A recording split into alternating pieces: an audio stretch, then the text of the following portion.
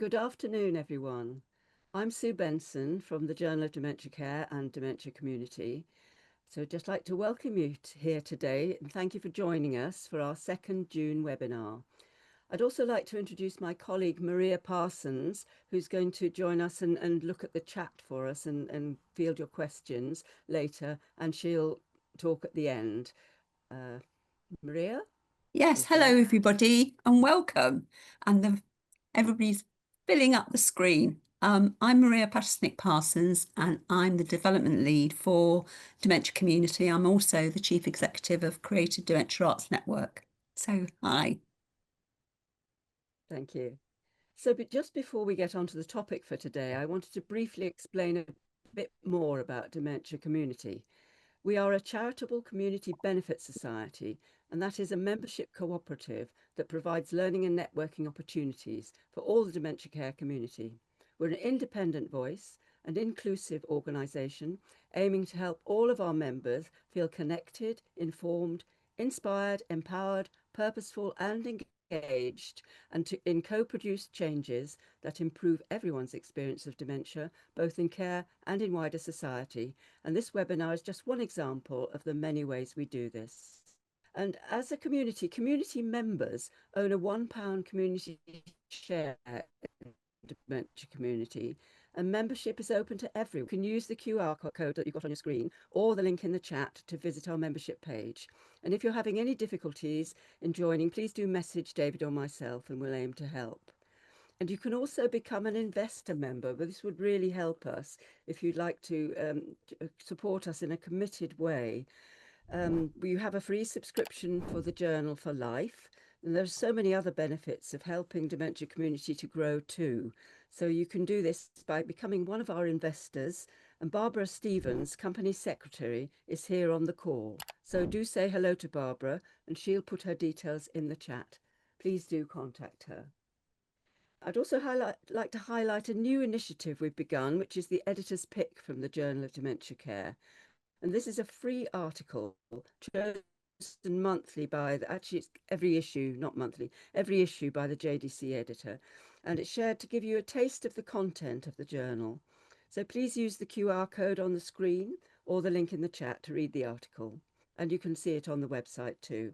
And remember, if you're a member, one of your benefits is a 25% discount on a JDC subscription.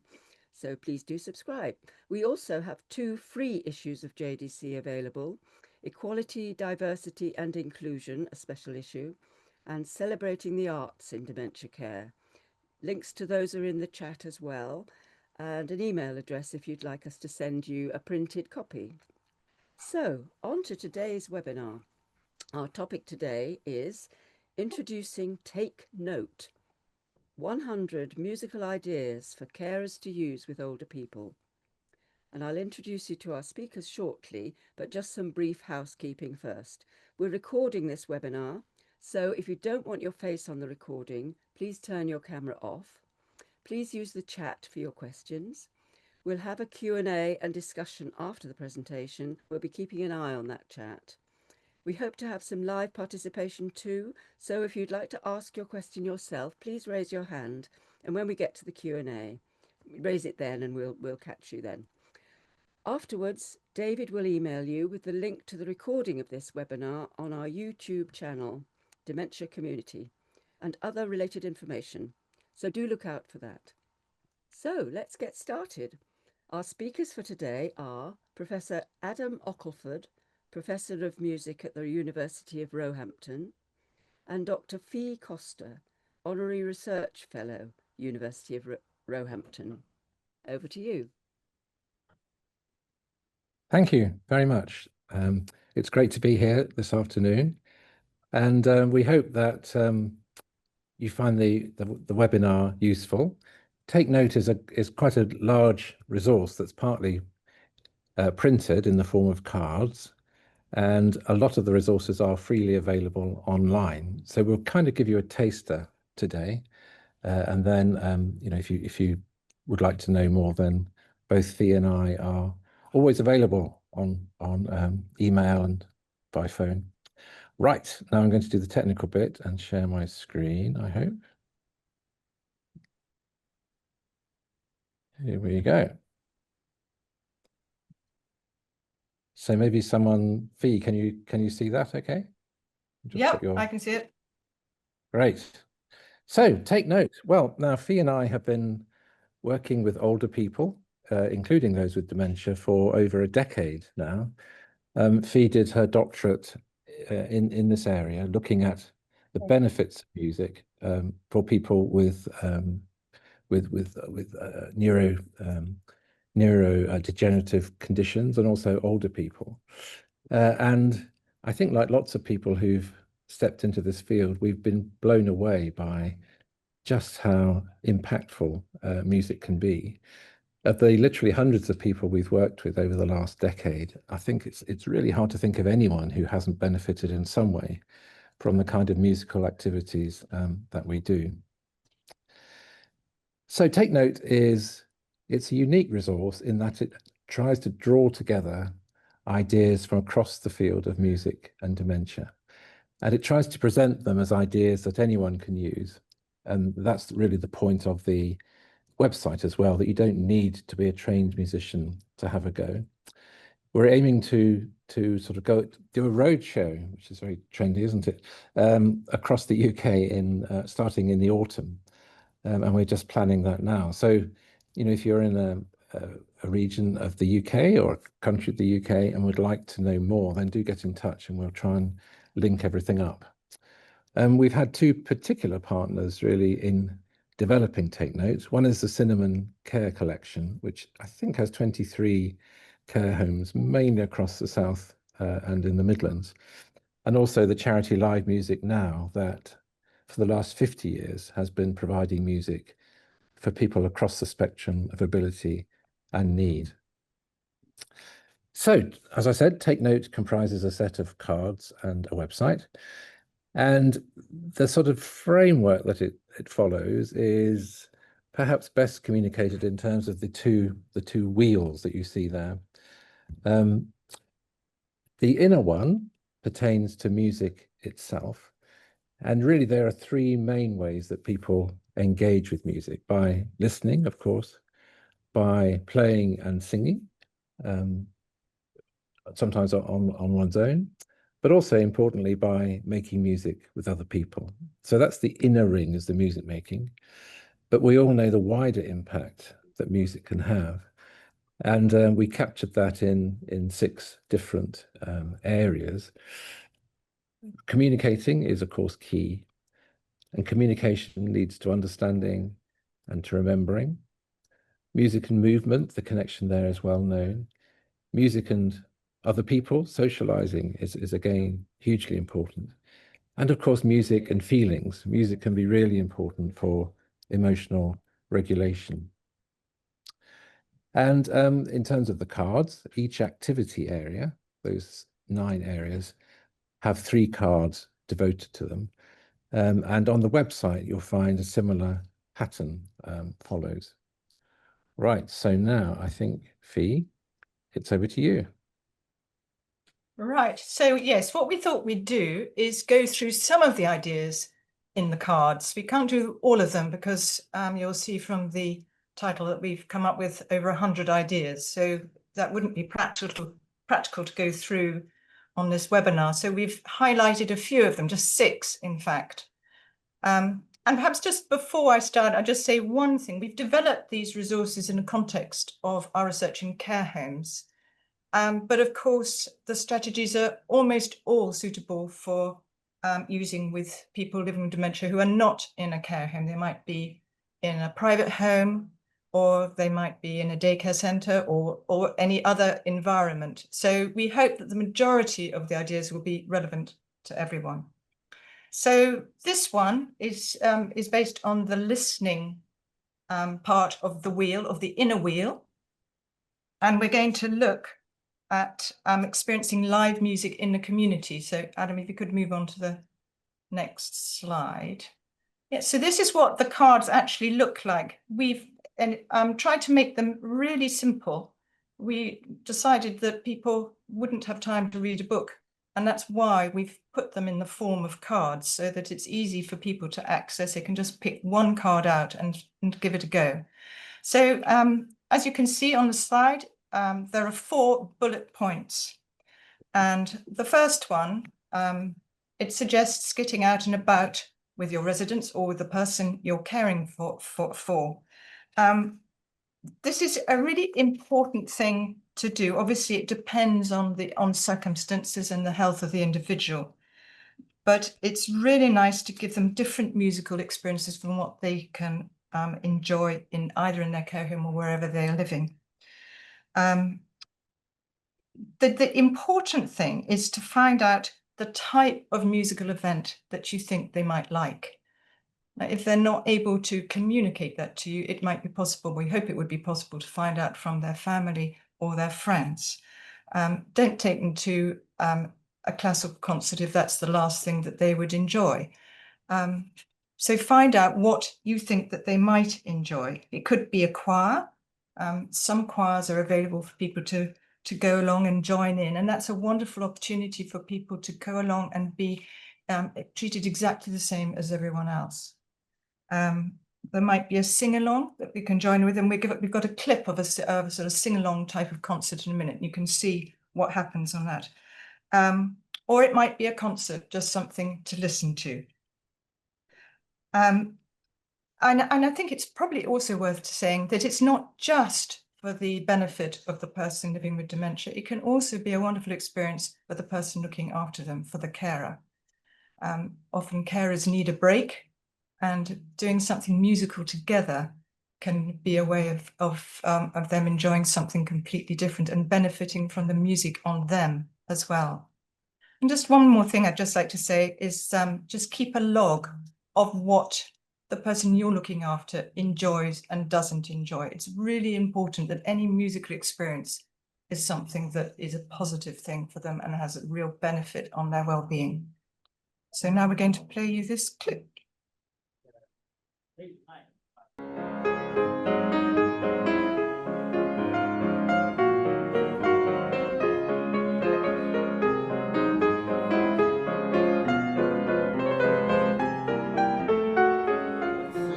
Yeah, we thoroughly enjoyed this. The whole performance is wonderful. The mixture of you guys performing and us having a sing-song is wonderful. Yeah. So, I mean, music inspires all of us. I was a teacher for years, and there were some children who I tried to teach to read, and I was having rocky times, and yet you give them a book to sing, and they learn to read through singing. So I'm a music aficionado, and I can't thank Derek and all of you who support him enough. It's made a wonderful afternoon. And occasionally people get up and dance, which is very moving. Yes, you know. yes. The music takes them into a totally another world. Yes, and, yes. Yeah, there's nothing like that. What's your name? Maureen. It's lovely to meet you, Maureen. And I love your dancing. Are you a dancer? I love dancing. Yes, you can tell. It's part of your soul. Great. Sorry.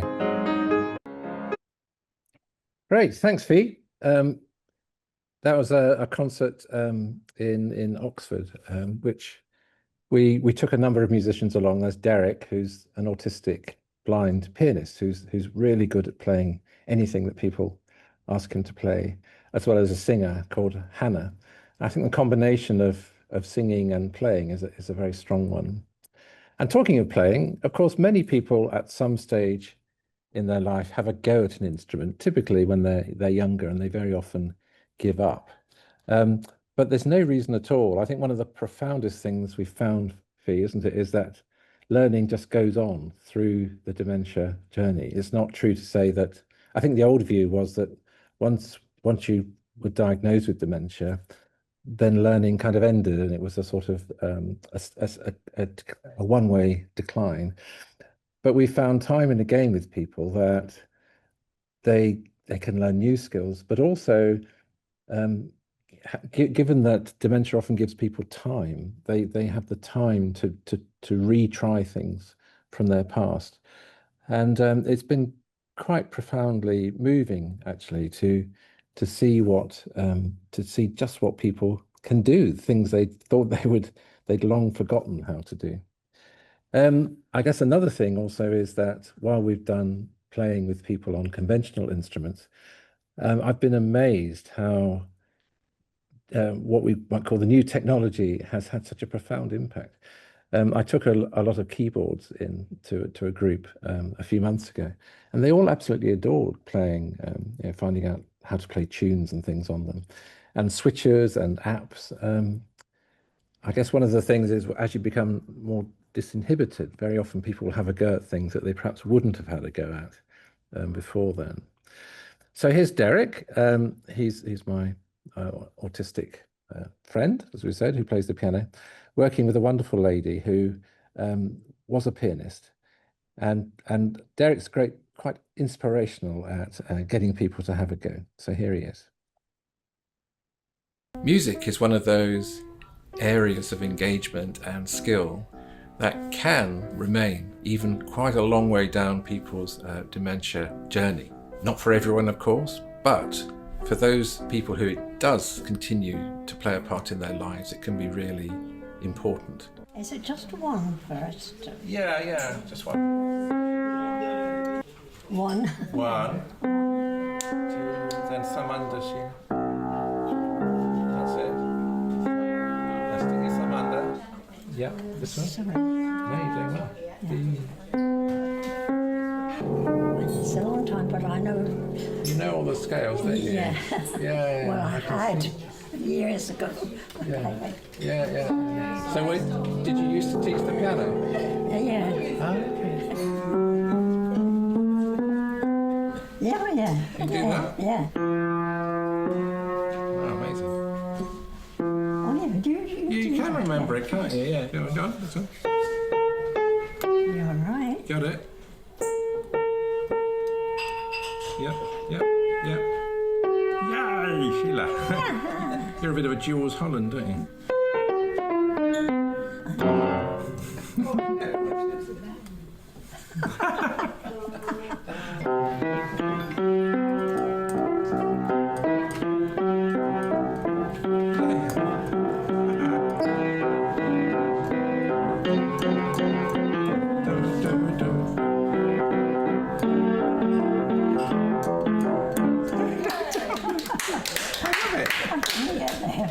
You absolutely did. Both the music inside the brain, but also the associated physical skills, for example, to play the piano. Music. Right, thank you. Back to you, I think, Fee.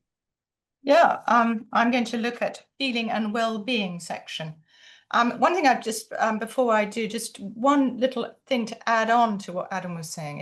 It's great, if you saw how Sheila progressed from the beginning to being much more confident at the end of just a few minutes.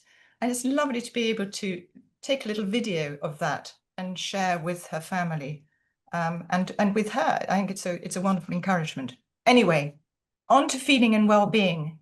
Want to look at using music to relieve anxiety, depression, agitation, and pain. You may not know that music can really make a difference to these conditions, and they're really common conditions for people living with dementia. In some of the research that I did, I found that of the sample I had, which is over 100 people, 45% of them had symptoms of anxiety, 58% had symptoms of depression, and 60% experienced pain.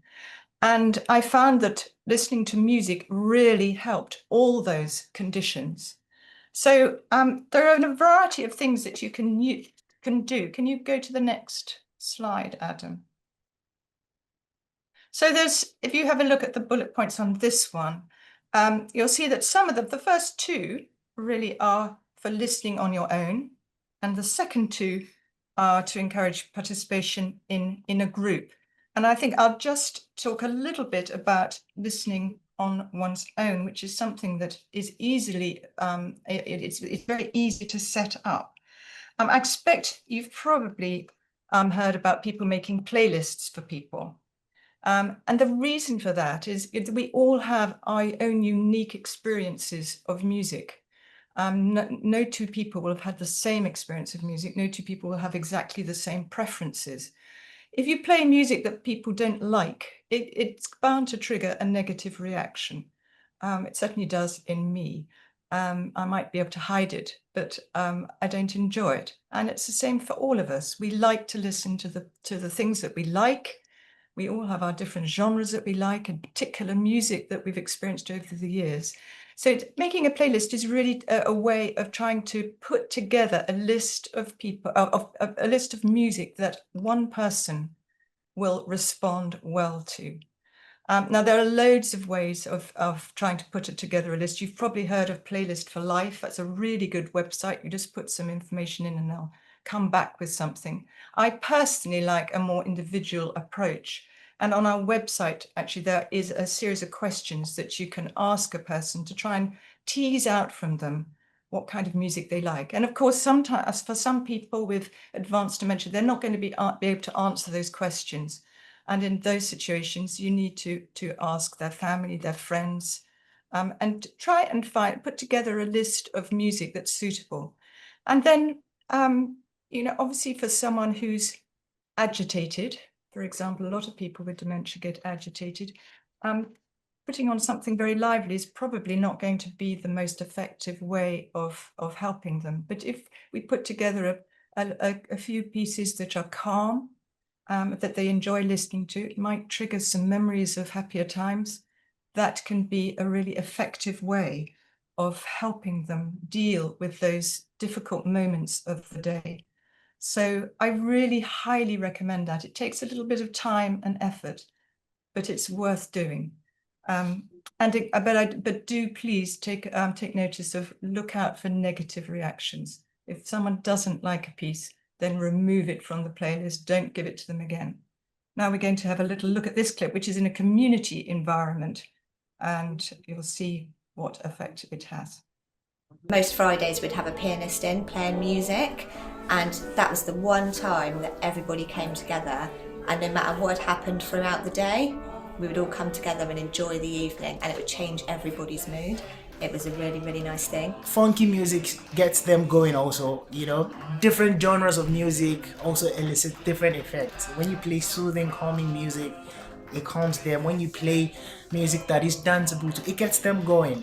As elderly people, they tend to be seated for an ample amount of time, but sometimes they listening or hearing music they used to dance to in times past, it just gets them back up and you see them dancing, and so I think it's a form of exercise for them as well. I mean, it's non-pharmacological, isn't it? It's actually pleasurable. It's a positive thing. I mean, music just ticks all the boxes. It's motivating. We know that it could be relaxing. It's emotional regulation, and it's kind of freely available, isn't it? I mean, you can make a playlist. Just go online or to one of the sites that offers playlists.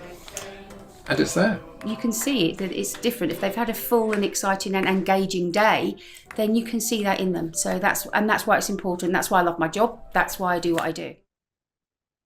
Most Friday. Great. And now moving on to remembering. Music is one of those areas of memory that can be particularly powerful, and in particular in people with dementia. Musical memories, as we know, can exist and be accessed, importantly, long after other memories are really hard to get at. And because music is often associated with other things, with particular events, with particular people, with particular emotions, it means that once the piece of music is brought to mind, then other memories are sort of tagged along with it. So we can use music as a core mnemonic, really, to get at other memories. And just to reiterate, as I said earlier, it's not just about long-term memory. The people we've worked with, it's been extraordinary, I think, hasn't it, Fee, how many of them could learn how much. We teach them sometimes 2 or 3 new songs a week, and they'd be remembered next week. So I think it's one of those myths that short-term memory completely goes. I think short-term memory does go in certain contexts, but in musical contexts, it can be really, really helpful to hang on to those new ideas and new things.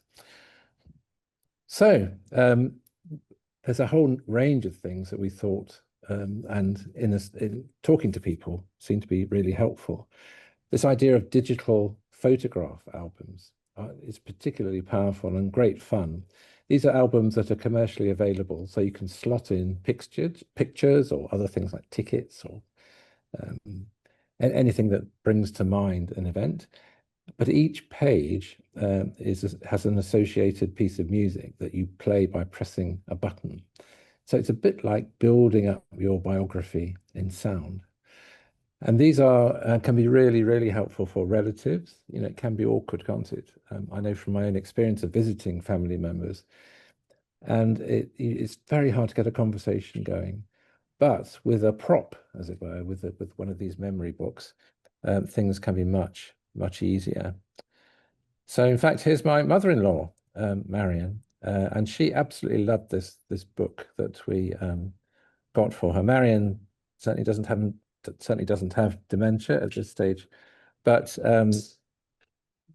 another key thing, of course, is to do the preemptive work with people. So you know, if they get used to a memory book when everything is still intact, then as the brain starts to lose some of its faculties, then the book is already familiar.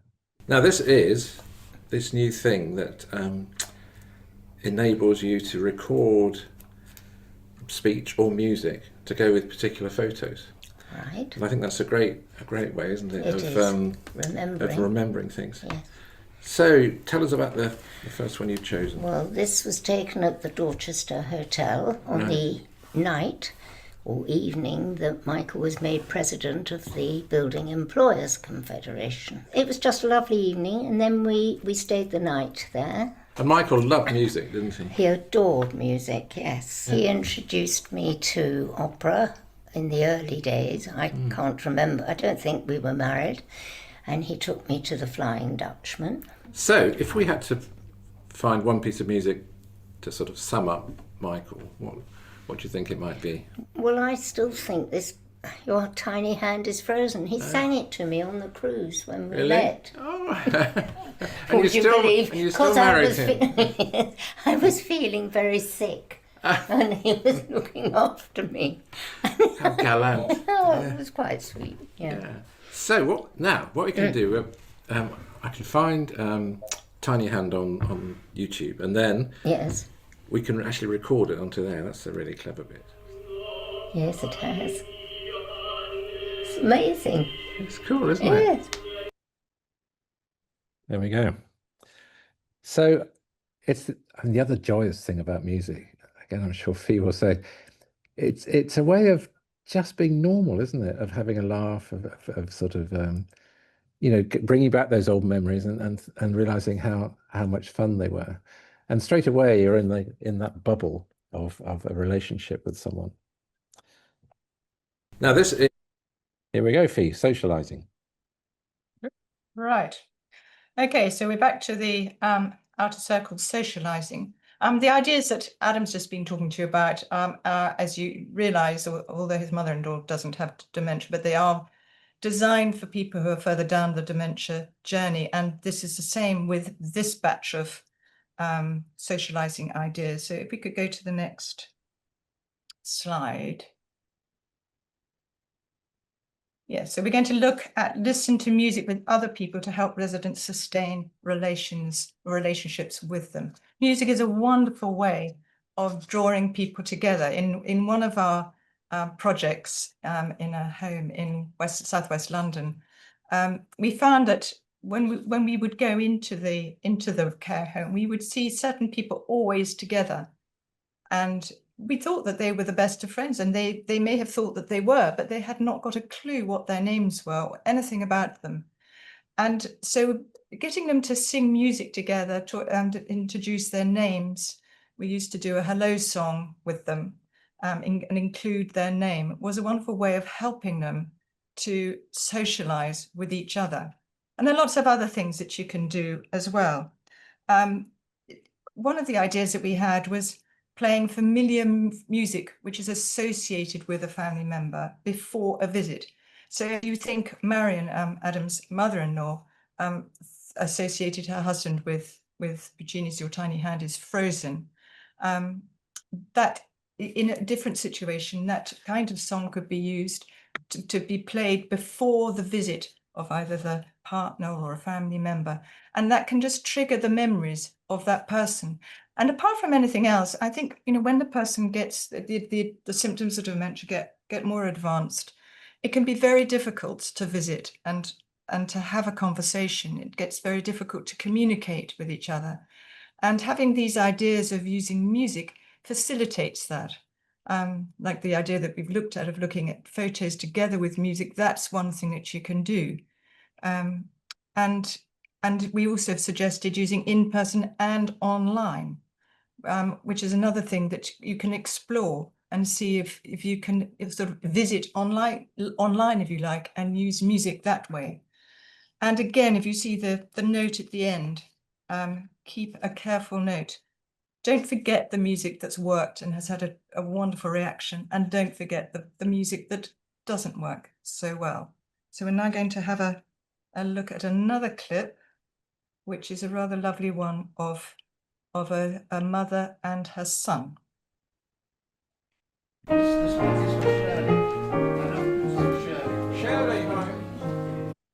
Sorry.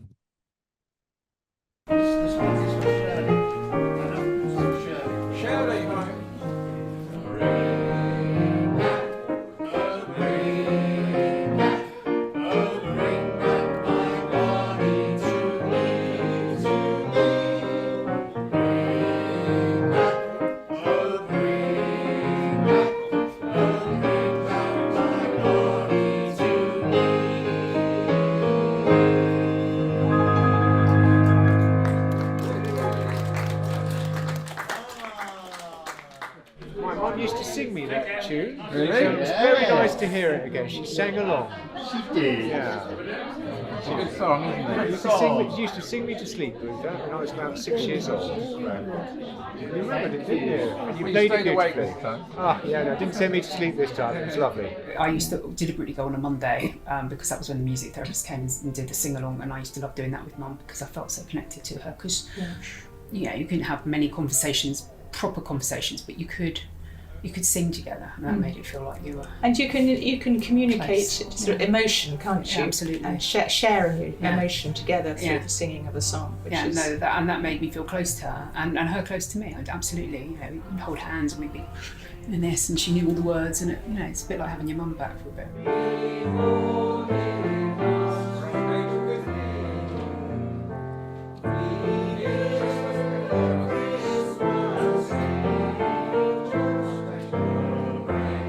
Sometimes just sitting next to each other and holding hands, sharing a common musical experience is in itself very moving, I think.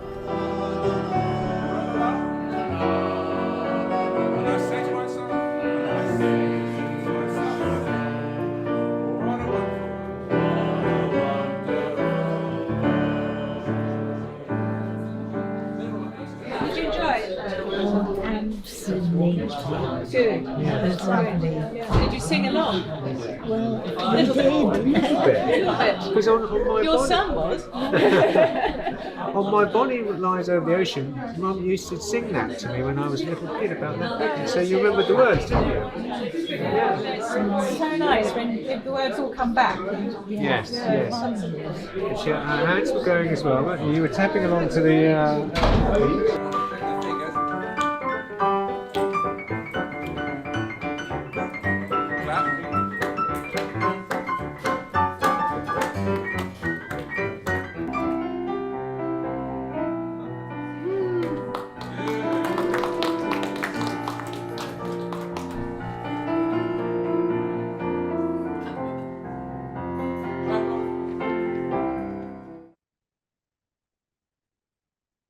Yes, they're very happy sessions, weren't they, Fee, with that? Yes, I think you could see the joy on people's faces. It was a particularly warming session. And finally, one of the most best known impacts of music is in relation to movement. really the music parts of the brain are closely related to the motor cortex. So music and movement are literally linked in the brain. And as you could see with the lady in the video, there's a strong instinct to move when you hear a regular beat. And we know, for example, people with Parkinson's disease can be helped enormously by moving to music. It seems that a regular pulse, a regular beat in music helps the brain regulate itself when otherwise things like regular patterns of movement would be difficult. And there are lots of activities nowadays that people have tried: Tai Chi and chair aerobics and drum fit, which we'll see in action in a minute. And again, I think it's a sense of fun that strikes me over and over again. This is, what's it called? Drumtastic, Fee? Yes, they've changed the name, unfortunately, since we published the cards. But when I went to this room and saw these, are they physio balls or something, Fee, like that, I think? Yeah, they're the sort of balls you get in a gym to sit on and do exercises, balance and things like that. You put the balls in these buckets and give mainly ladies, of course, a pair of drumsticks and stand back, basically. But we're very fortunate in working with the head of activities at Cinnamon, and called Jeff, when Jeff comes in the room, you can't help sort of moving and dancing. And here's a little bit of that, a flavour of Jeff and his ladies in action.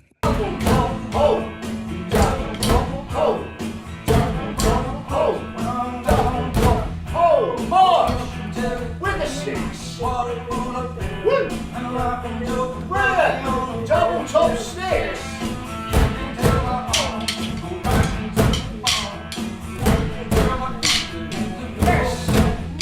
It's all good exercise, isn't it? It is good exercise. Because you know what, while we're doing all of this and we're listening to the music, we are getting a lot of physical benefit from doing that. Yes. It's quite hard work, isn't it? You could tell it was happening in Yes.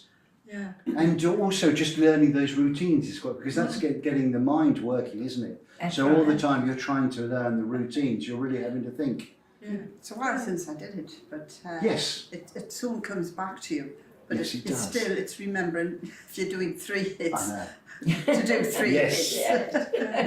Yes. The great thing about it is it's very, very good from a wellness point of view, because it works the whole holistic approach. It works mind, body and spirit.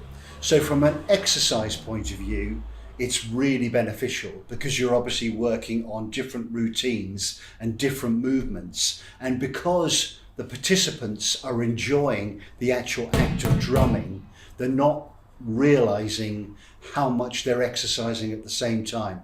So it's an amazing form of exercise, but a fun form of exercise, which encourages people to do it. And then from a mind point of view, it's also very beneficial, because residents taking part are learning the routines and practicing the routines, and therefore it's working the mind in terms of trying to remember the routines and the cognition involved. Right, there we go. So that's a little flavour of the 100 activities. And Fee and I would be delighted now to take any questions. If you'd like to see the website, everything is freely available on the website. It's the thing to search for in Google is Take Note, and the website is www.takenote.org.uk, and you can contact Fee or me through that website as well. I should really pay huge credit to Fee, because she really put the framework together. It was our COVID project, wasn't it, Fee? Yeah, it was. It seems a long time ago. It takes a long time for these things to actually come to any fruition. But I think it was very much a shared project. Yeah, but it's been lovely doing not just the cards, but doing the filming as well. And the website's got loads of resources. And one of the things that we've really tried is to make all these things very doable for non-professional musicians. Obviously, it's lovely if you have got a wonderful musician with you, but often you don't. And we've got lots of songs with Derek at the piano and a lovely singer called Hannah Davey. And you can download those and you can do a sing-along, either just for one person or a group. And there's lots of things like that. So do have a look and access whatever you need. Great. There we go. Great. Well, Back thank to you you, both. Sue. Yes. Yes, thank you very much. Well, I'm going to hand over to Maria, but just to say thank Okay. you very much from me. And we've got some interesting questions in the chat, which Maria will pick up. But I was particularly struck by some good ideas. Playing music before a visit is a great idea to get people to remember and be in the right mood. And I loved the balls being used as drums. Fantastic. Also, individual playlists. And I know we've had another webinar on this, but I know people would still like advice and guidance on exactly how to do something like a playlist. Anyway, I'll hand over to Maria to formally carry on. Oh, great. Maria? Thanks, really. That was super, Adam and Fee. I mean, I love music. It's just so powerful. And, you know, obviously, in terms of cognitive decline, what we know is we are our emotions, and we experience dementia. We experience music all over our brains, as it was once explained to me by a music psychologist. So, you know, you continue to respond to that emotion, you know. I mean, it's very powerful. And Danielle Bacciagelli, who organises those music concerts with Derek and St John, Orchestra of St John. I mean, they're marvellous concerts. And I used to take my mother, who had Parkinson's dementia, to them. And although it wasn't her cultural idiom, you know, it was very, it was marvellous. And people did do all of those things. So I just think the resource, bringing all of those ideas together, particularly for people in care homes, but very much for community dwelling individuals and their family carers, is going to be really well used. So I'm without a doubt going to go over to the chat, and which obviously says things like amazing work. But Bradley Smith asks you, can you talk more around the use of digital music technologies and apps? What sort of activities do they, you know, do they trigger? Have you facilitated? Have you tried using anything? Sorry, I'm just scrolling down. Any inclusive music technology devices? Yeah, actually, you know, if I had to choose one piece of music technology, it would be a microphone and an amplifier, because people are, you know, some of the people we work with can be quite frail and also quite shy about trying to make vocal sounds. But there's something about putting a microphone in people's hands. I mean, not absolutely everyone likes it, but people are more inclined to have a go if they feel they're being heard. That's one thing. The other extraordinary thing was I do a lot of work in schools with children with special needs and autism and so on. And in schools, there's these things called Big Macs. A Big Mac is not a hamburger. A Big Mac is a switch. It's just a big switch. You just whack it, and it will play whatever you've recorded onto it. So, for example, I've used it with non-verbal children whose sibling records one or two keywords onto it, and then the child can hit the switch or even hit it with their head or whatever, and the voice comes out. Now, the funny thing with Big Macs is they're about £100 each. And then I looked on Amazon and found for £20, they're called dog training switches or something absolutely extraordinary. But you can get 6 for £20. And so I got 6 of these switches for £20. And we did a funny group, didn't we, Fee? So some of the residents were still able to use their own voices. Some were more hesitant and some couldn't. But it meant that everyone, some of the carers then recorded, you know, hello, or their name, whatever it was, on the switch. And so as we went around the group doing social songs, all the person had to do was whack the switch, and a voice would come out and say, hi, you know, I'm Millie, or whatever it was. And it was a really, really simple piece of technology. And I slightly held my breath thinking, are they going to want to do this silly game, hitting switches? And I couldn't get the switches away from them. They were so amused by all these funny voices coming out.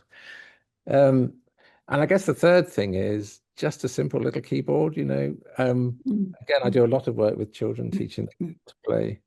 And just by putting a few colored dots on notes, you can just make a little score for people to play simple tunes. And again, it was I think almost exclusively ladies in this session, but I couldn't get the keyboards away from them. They were so funny and so engaged with trying to play tunes.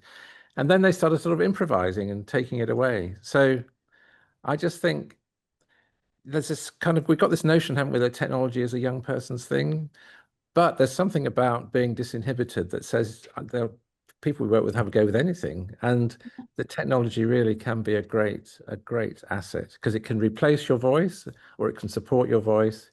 It can create sounds that you wouldn't be able to make yourself. And it's, above all, it's fun. That's the main thing. Thank you. Yeah, can I add to sorry, that? Fee, that's all available. Sorry, can I just add? I mean, I've seen Adam do those, and they are all that he says. They are such fun. People, you think again that the technology will be just too frightening for them, but it's not. But perhaps on the other side of it, going back to playlists, which I think you said there were some questions about. One of the questions people often ask me, well, how do you actually get the music to the person? How do they listen to it? And that's where technology can actually be quite a problem and a barrier. The old sort of CD players or music players, they tend to have quite small buttons, and the people I've worked have been, that's induced deep panic and never being able to use the music player or whatever it is that you've got. But there are some which are really good. I think the best one, it's called a Koto, Koto, simple music player for dementia. You can get it on Amazon and probably other places as well, but that's, and there are other ones as well. It's not the only one, but I think it's a really good one. And all you have to do, you have to upload the music onto it with a USB stick. But once you've done that, and obviously that's someone else will do that, you just have to lift a little lid to turn it on and to turn it, and to put it down to turn it off. And the volume is preset. Volume is a really important thing to get right. A lot of people don't like it to be too loud. They actually, even with hearing impairment, they don't want some booming sound. They quite like it gentle. So that's just one idea on the other side of things, because if you want a person to listen to music every day, which I would really recommend, because the effects accumulate over time, something like that, the Koto music player is a really valuable tool. And that's spelled K-O-T-A? Fee? K-O-T-O.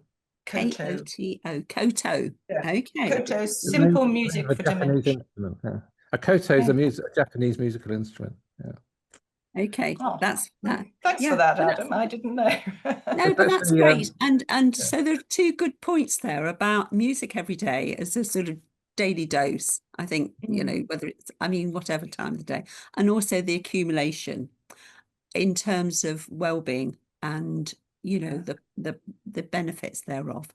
I'm going to go to, someone's asked a question about, have you heard about the Centre of Excellence project for music and well-being?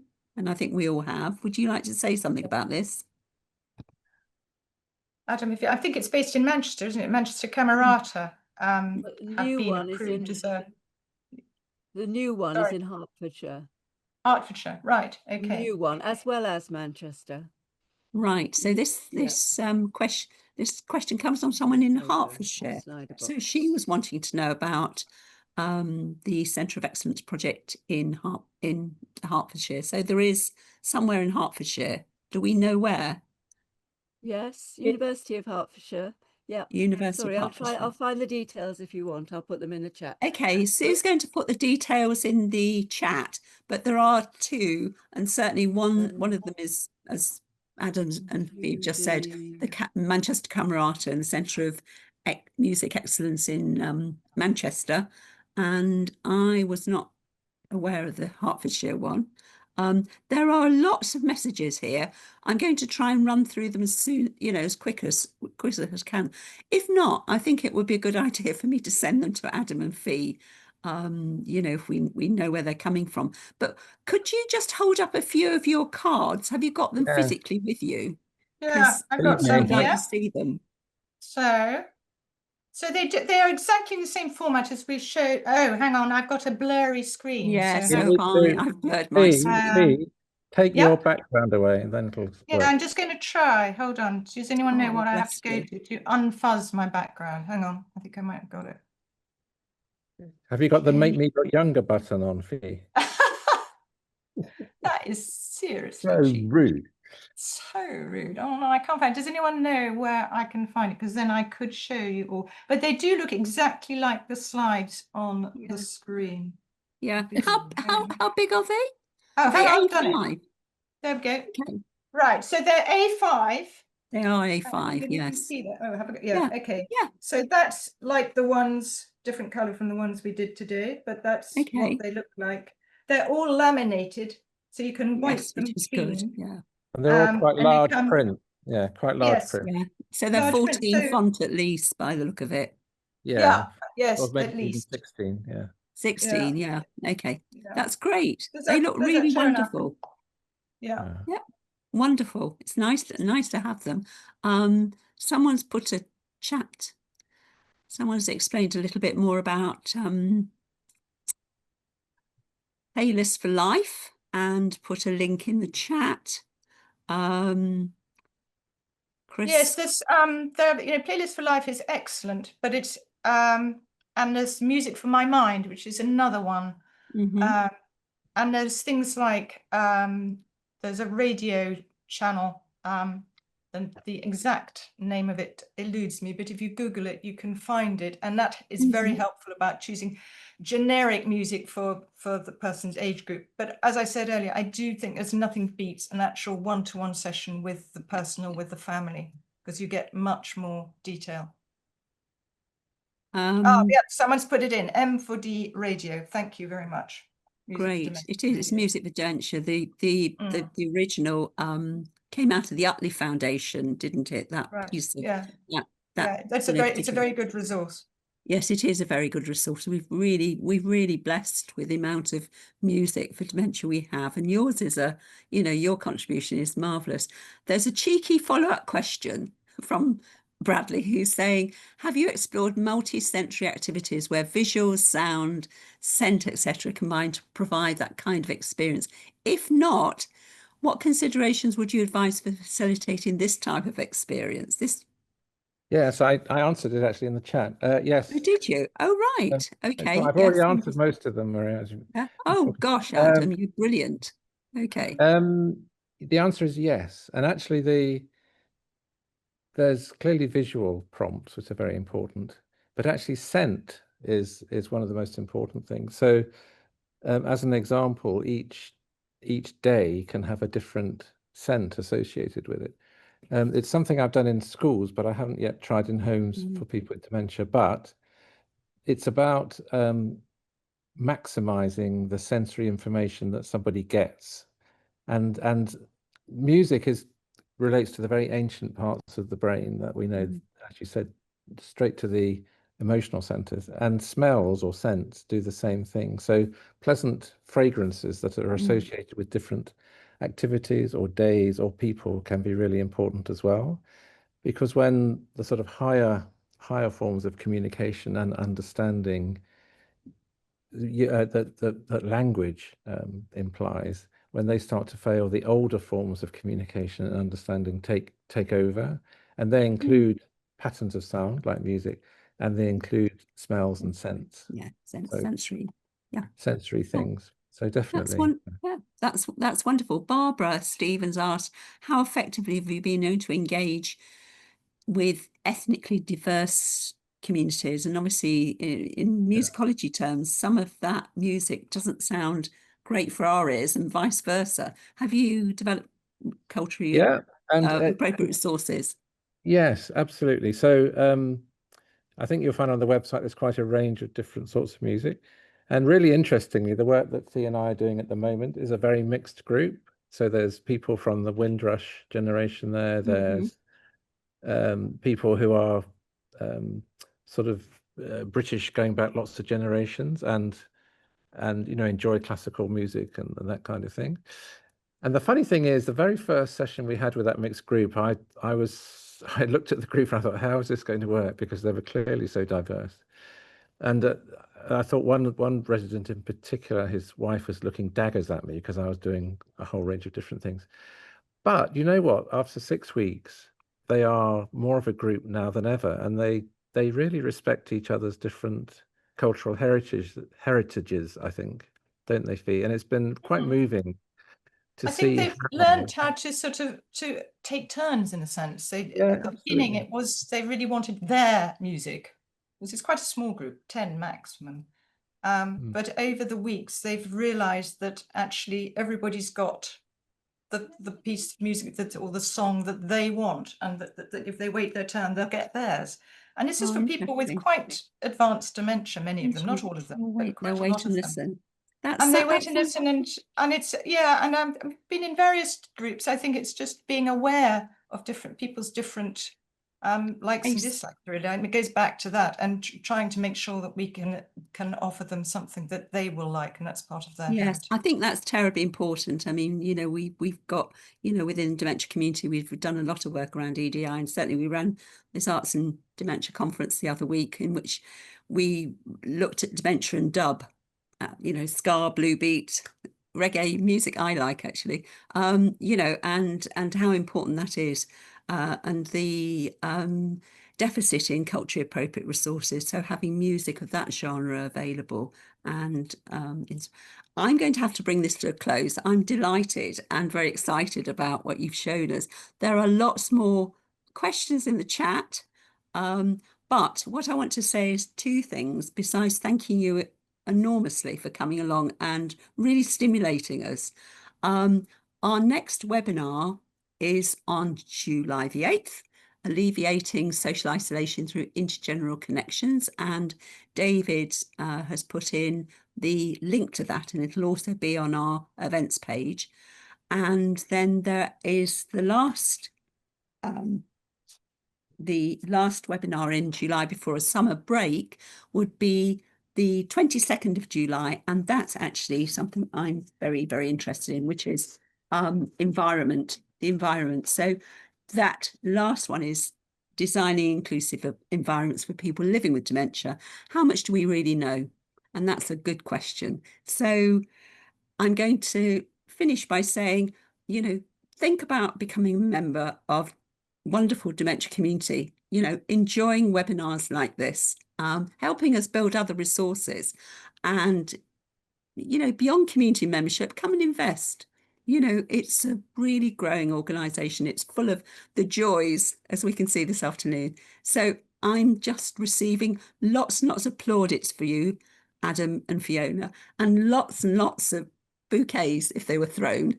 So thank you very much indeed for being with us this afternoon, and thank you everybody for coming, and do look in the chat. Are we going to leave this up, David, for a few minutes?